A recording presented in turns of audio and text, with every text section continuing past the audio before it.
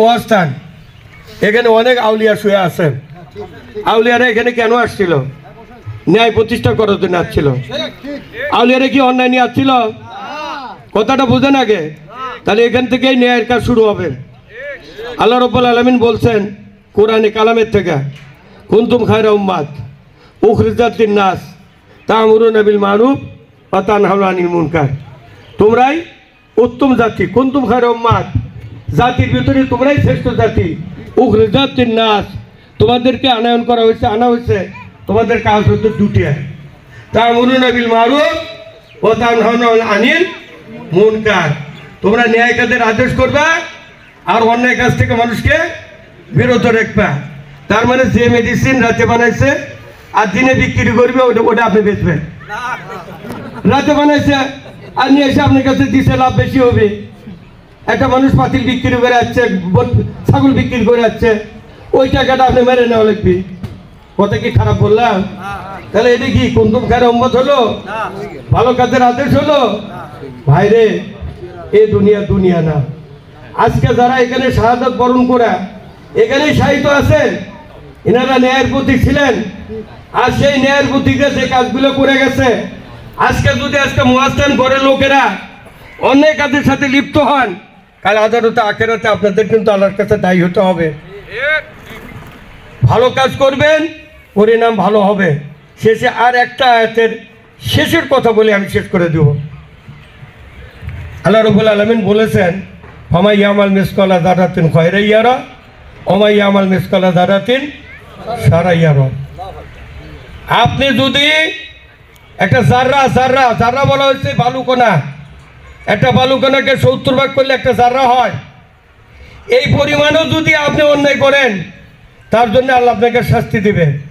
আর এই পরিমাণও যদি আপনি ন্যায় করেন, তাহলে আল্লাহ আপনাকে তার জন্য পুরস্কার দিবেন। কথাটা কি বুঝে আসছে? আমি আপনাদের কি বুঝাইতে পারলাম? তাহলে আমি আপনি যদি অন্যায় করি, তার জন্য কি কোনো অবস্থান আছে না? শাস্তি ভোগ করতে হবে না? আমি মহাস্থান এই কমিটিকে শেষ কথা বলে গেলাম, ভাই আপনারা শপথ দিলেন, নেতৃত্ব নিলেন, আজ থেকে আপনাদের উপরে কিন্তু বিরাট দায়িত্ব, বিরাট কিছু চেপে গেল। অন্যায়ভাবে যদি কোনো কেমিস্টের, অন্যায়ভাবে যদি কোনো জনগণের, অন্যায়ভাবে যদি আপনার নিজের সংসারের, আপনার বইয়ের উপরে যদি আপনি জুলুম করেন, আল্লাহর কাছে কিন্তু আপনাকে দায়ী থাকতে হবে।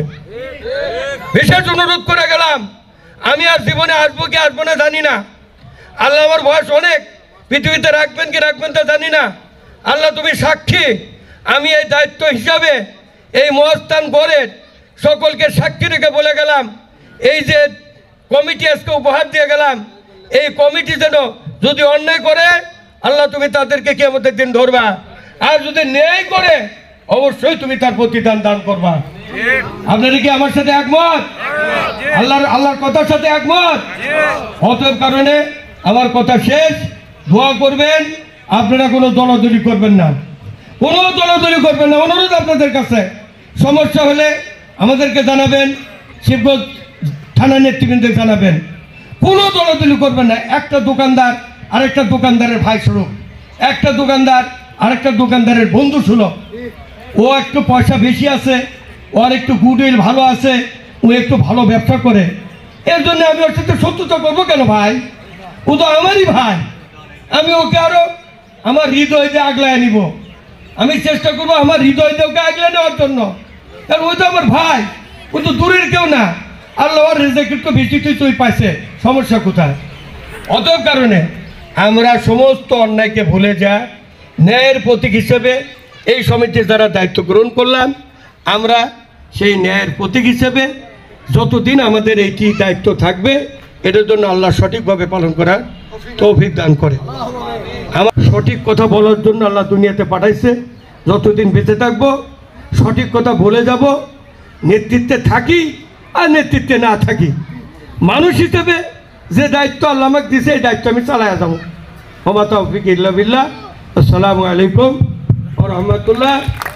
বাংলাদেশ কেমিস্ট্রি ড্রাগের সমিতি জিন্দাবাদ, মহাস্থান সেন্ট্রাল কমিটি, বন্দর কমিটি জিন্দাবাদ, আমাদের শিবগঞ্জ থানা কমিটি জিন্দাবাদ, বাংলাদেশ জিন্দাবাদ।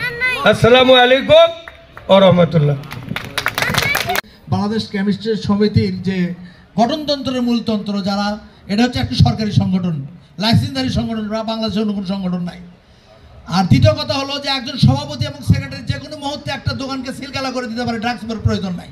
আইন বাই আইন, আপনারা হলে খুলে পড়ে দেন, কত অধ্যায় লেখা আছে, পড়ে দেখেন। তো আমার জেলা সভাপতি সেক্রেটারি জেলা কমিটি যদি বলে যেই দোকানে যে আমরা এই সব জিনিসগুলো পাবো, আমরা ভাই ওই দোকান সিলগালা করে দেবো। আমার মনে হয় যে বগুড়া যদি খান মার্কেট, সবুজ pharmacy, city pharmacy, Rabbani pharmacy, যত ফার্মেসি আছে, এগুলো যদি অভিযান ঠিক মতো চালানো হয়, আর এই পট কোম্পানি, সাবান কোম্পানি চান্স পাবে না। কি বলেন আপনারা?